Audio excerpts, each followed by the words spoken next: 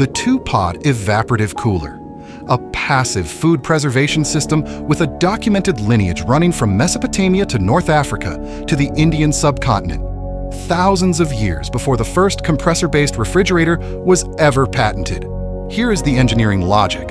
An unglazed porous clay shell allows water to migrate to its outer surface through microcapillary action. At that surface, evaporation occurs. Evaporation is not a passive process.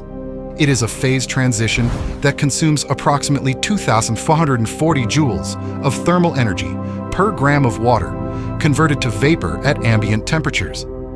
That energy is extracted from the pot's interior. The result, a sustained, measurable temperature drop inside the inner vessel, with zero electrical grid dependency. At the biochemical level, that temperature drop is the variable that matters. Mesophilic bacteria, the primary spoilage organisms in your food, replicate at peak rates between 25 and 40 degrees Celsius. The Q10 coefficient approximates a halving of replication rate for every 10-degree reduction in temperature. This is not marginal in practical terms. It's the difference between food viable for 2 days and food viable for 10. This is not refrigeration, no compressor, no refrigerant, no centralized utility. It's a steady-state microclimate produced by physics that predates your electrical grid by approximately 3,000 years. If you haven't built this as part of your backup protocol, you have a documented vulnerability. Subscribe. The full build spec follows. Unglazed terracotta, the only material that performs. Not all clay pots are the same, and the difference is not aesthetic. Most of what is sold in garden centers is glazed stoneware, fired between 200 and 1,300 degrees Celsius. That vitrification process seals the pores. Sealed pores, zero capillary transport, zero evaporation. The pot stores aesthetics, not cold.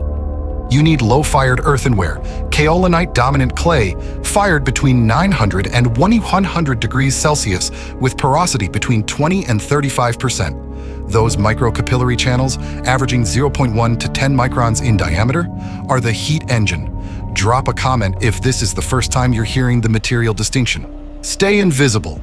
Do not buy the decorative version. Field test. Submerge a shard in water for 30 seconds. If it darkens uniformly through the wall, the pore structure is there. If it doesn't, it's stoneware. Walk away. The double pot assembly the build specification, larger unglazed terracotta pot, smaller unglazed terracotta pot, wet sand packed uniformly between them. That is the complete system architecture. The physics. Water evaporates from the outer pot's external surface, driven by the vapor pressure differential between the saturated sand layer and ambient air.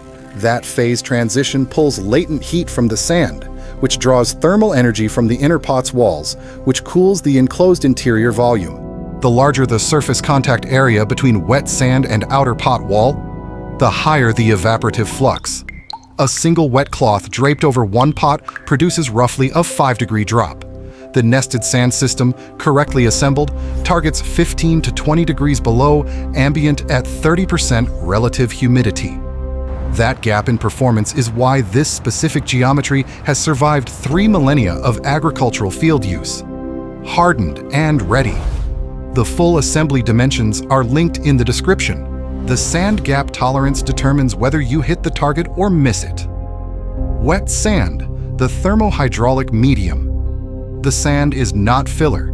It is the working fluid reservoir and the thermal buffer simultaneously. Medium grain sand, 0.5 to 2 millimeters, delivers the optimal balance of water retention and capillary connectivity. Too fine, and capillary forces over-retain moisture, limiting the rate of surface delivery. Too coarse, and drainage outpaces evaporation, drying the outer wall unevenly and creating thermal dead zones. The sand's specific heat capacity buffers temperature swings between rewetting cycles. Its hydraulic conductivity controls the rate at which moisture migrates from the core to the outer pot wall to sustain continuous evaporative flux. Stay rational. Avoid organic alternatives. Peat, sawdust, or any carbon-rich medium introduces microbial nutrient loads that actively accelerate decomposition through the pot wall. Plain washed sand. No amendments. No hacks on top of the hack. Wicking material, the moisture distribution layer, Dry patches in the sand create hotspots inside the inner pot. The wick eliminates them. Cotton rope wicks at approximately 40 to 60 millimeters per minute. Untreated jute runs 30 to 50. Hemp and linen fall in the 35 to 55 range. Thread these from the water reservoir at the outer pot's base through the sand matrix into zones that drain faster than others. The mechanism: wicks re-establish fluid pathways that the evaporation cycle continuously disrupts, enforcing uniform moisture distribution across the full evaporative surface.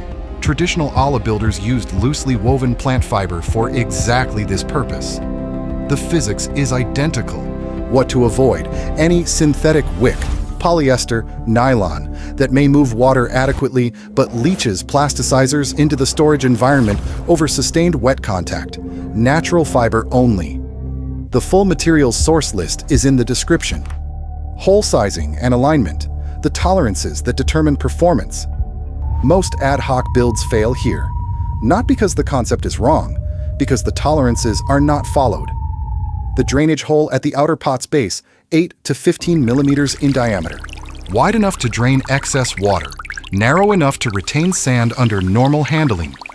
The annular gap between inner and outer pot walls, 3 to 5 centimeters, uniform around the full circumference. Tighter reduces thermal buffer mass and sand capacity. Wider provides diminishing cooling return per unit of additional sand weight.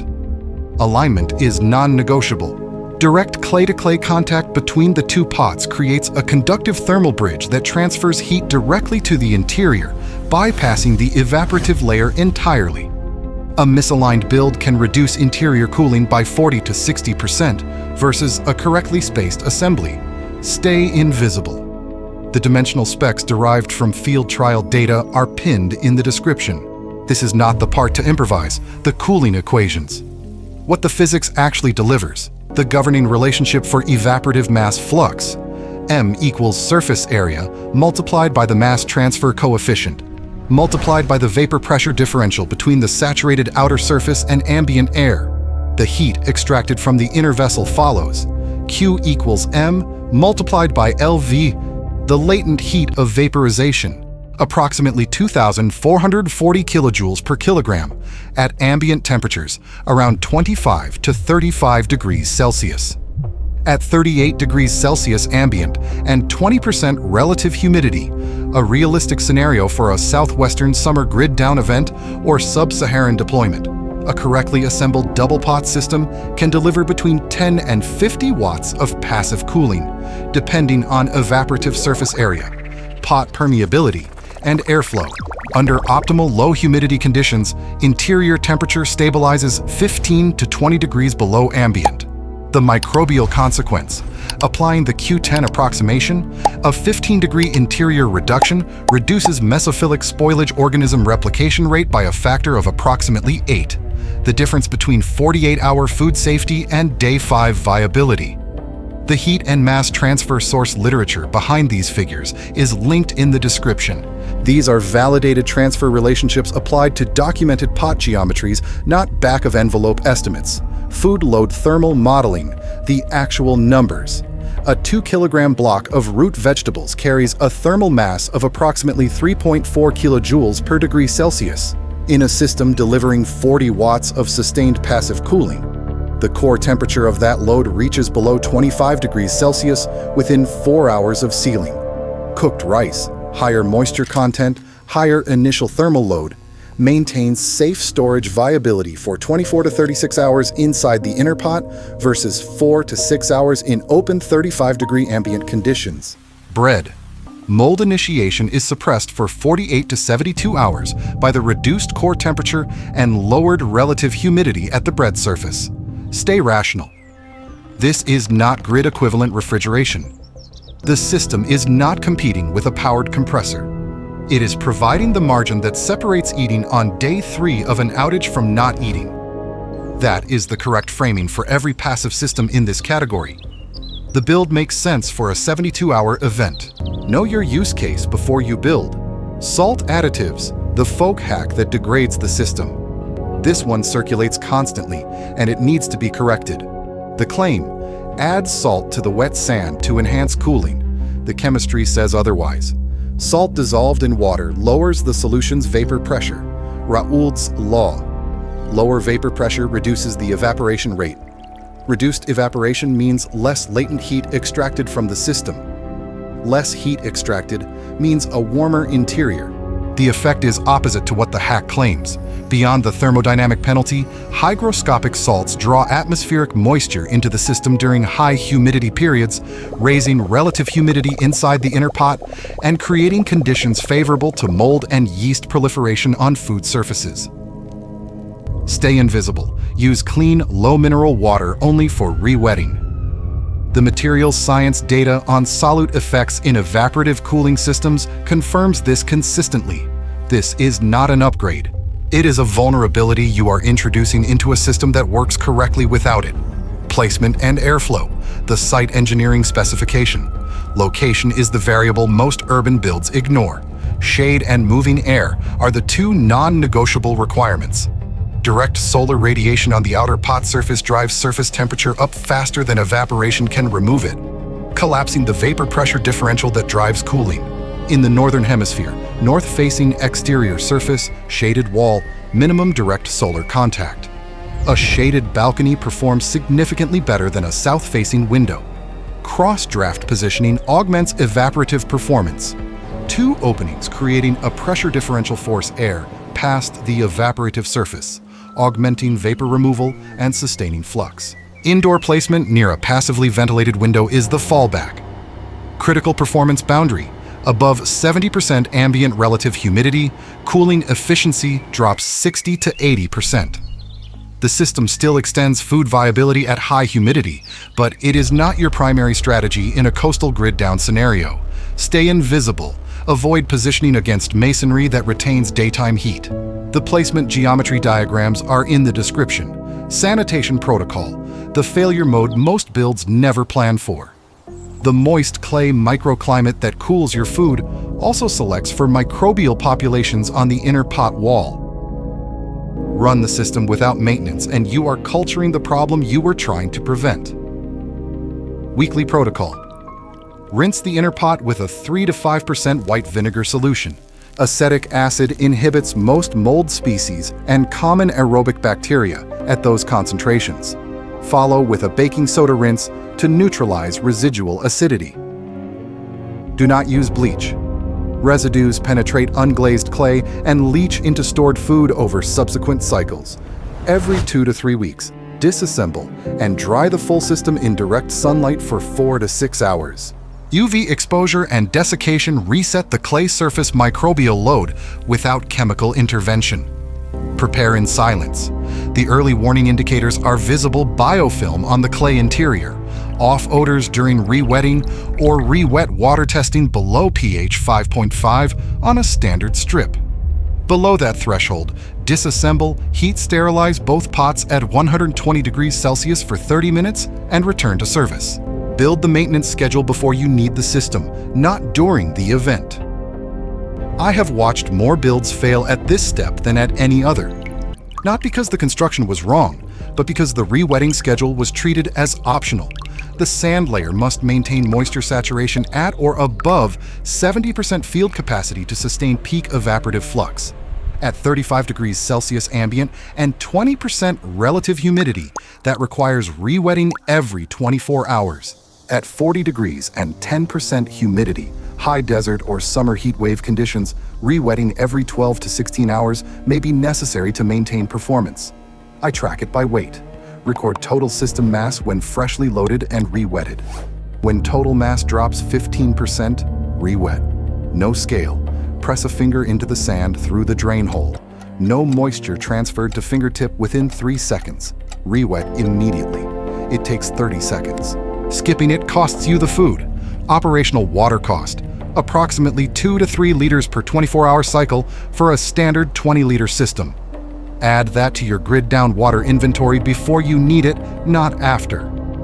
Urban deployment, the apartment adaptation protocol. The system does not require a yard. It requires shade and airflow, both of which are available in the standard urban and suburban built environment with correct positioning. A north-facing balcony is the primary urban deployment site. No balcony available. A passively ventilated window provides sufficient airflow gradient for 8 to 12 degrees below ambient, less than the outdoor optimum, still operationally significant for food preservation over a 72-hour window. High-rise deployment. Upper floors generally provide better natural ventilation, but higher solar exposure variability. Position a reflective barrier, aluminum foil thermal sheet, behind the system to reduce radiant heat input without blocking airflow. Container sizing for urban constraints, a 10 to 12 liter inner pot with a 20 liter outer pot is the practical maximum for balcony or window use without structural load concerns. That capacity covers approximately 6 to 8 kilograms of stored food simultaneously. Adequate single-person coverage for a 72-hour outage if food rotation is pre-planned. The full urban deployment protocol and sizing guide are linked in the description. Grid-down food strategy, the complete integration. The full build stack, unglazed low-fired terracotta, 3 to 5 centimeters of medium-grain wet sand, natural fiber wicking, correctly toleranced drain holes and wall gaps, shaded cross-draft placement, weekly vinegar maintenance, and a rewetting schedule calibrated to local ambient conditions. That is the complete technical specification. In a 72-hour grid-down event at 35 degrees Celsius ambient, the statistically relevant scenario for most urban and suburban environments based on historical outage data. This system extends safe perishable storage from 4 to 6 hours to 3 to 5 days. That is the margin that determines food security during a realistic infrastructure failure. This is not prepping for a collapse scenario. It is patching a specific, well-documented vulnerability in your household infrastructure. Power grids fail. They fail in developed countries. They fail during heat waves, cyber attacks, storm events, and equipment failures. The statistical probability that you will experience at least one multi-day grid outage in the next 10 years is not negligible. It is the baseline expectation in most grid regions globally. You either patch this vulnerability before the event, or you manage the consequences of not having patched it. The build checklist, material source list, dimensional tolerance specifications, and placement diagrams are all pinned in the description. Build it. Test it under normal conditions. Verify the temperature drop in your specific environment. Know it works before you need it to work. That is the only preparedness protocol that counts.